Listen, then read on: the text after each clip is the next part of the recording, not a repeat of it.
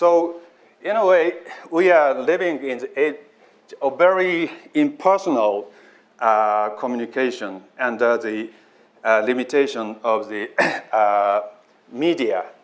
I mean, in this case, I mean the word processor or the other writing system, and also now because of the digital age, all our information, well, starting from the ATM machine, how much you have drawn from a certain place, and how much did you buy for shopping through your credit card, and also exchanging your emails, they can trace what you have written.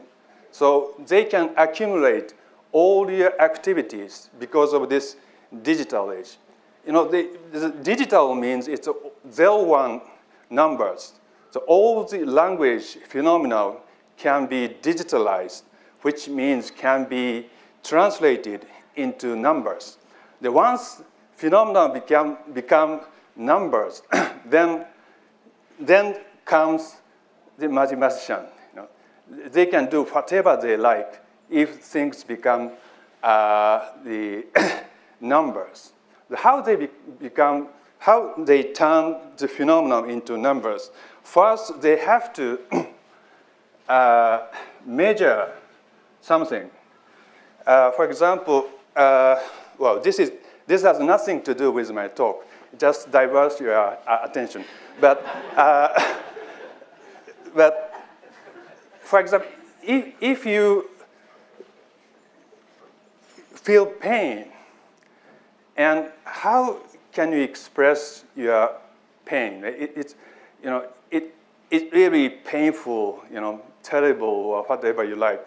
But for example, we have the metrics, we have the measures in other fields of human activities. For example, we have height, we have weight.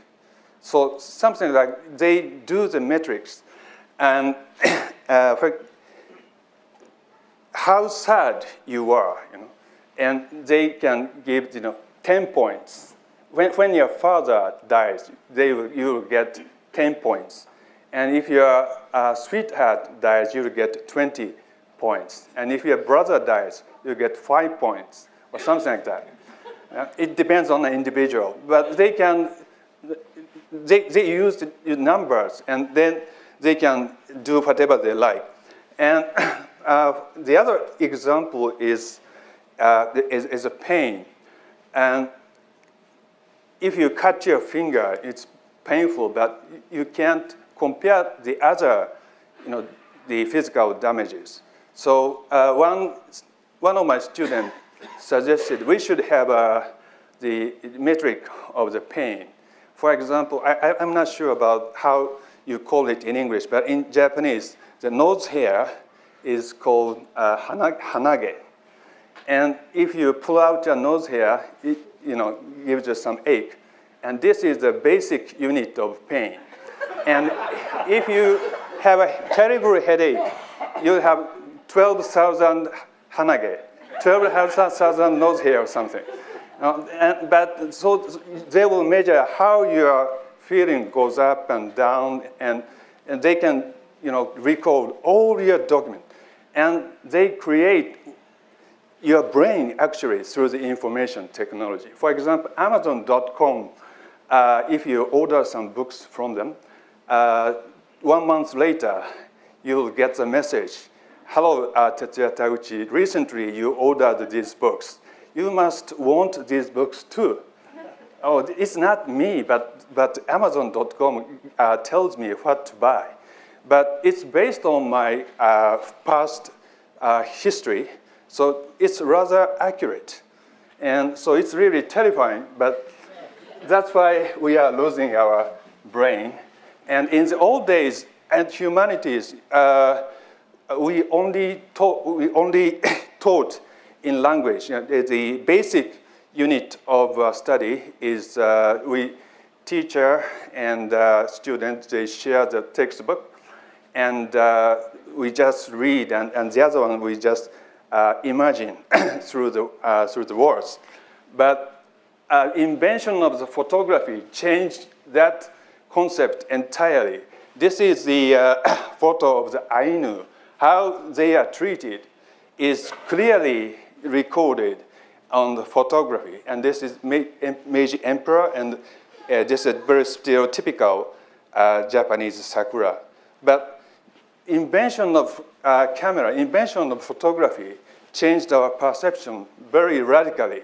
So the invention of digital technology will probably change our ways of thinking too. And this one is pop culture studies. Well, not cultural studies, but it's pop culture studies, which means you can use any material in the humanities. Actually, our students in Japan, they don't read books. So how can they teach something who are not reading books?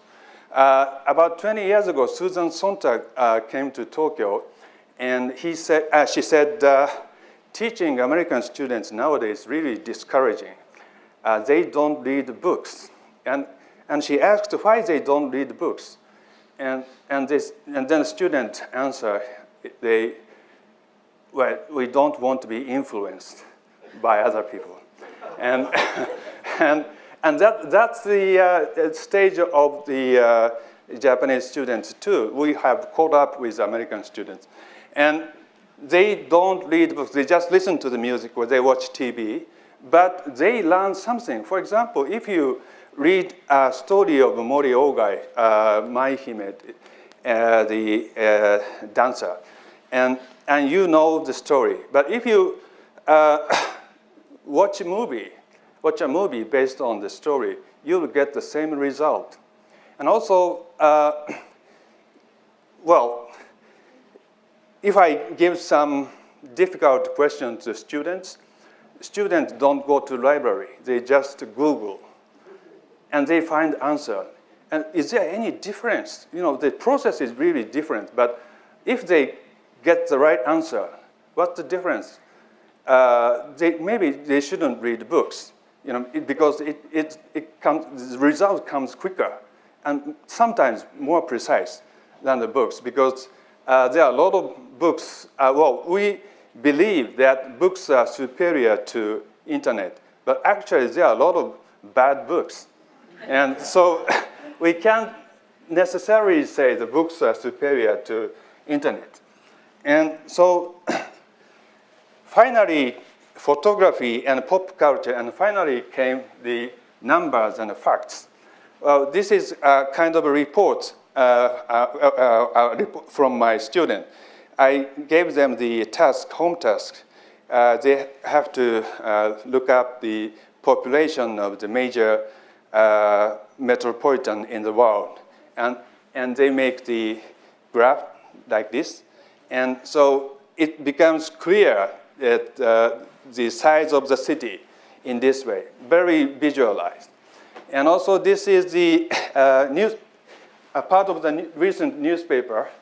It says how radioactive near the Fukushima Daiichi. And there's a certain number. So they believe these graphs and these numbers, we tend to believe these are facts. But numbers are not really facts. They are manipulated very easily, sometimes much more easily than words, because the actual job is done by computer. You don't have to calculate. And they can change, well, of course they can't change the fact, but they can change the way to show the facts, to divert, to cover up their real intention. So in the old days, British politicians knew that well, and I think there was Disraeli, 5 seconds. Disraeli said, there are 3 kinds of lies in the world: lies, damn lies, and statistics. Thank you very much.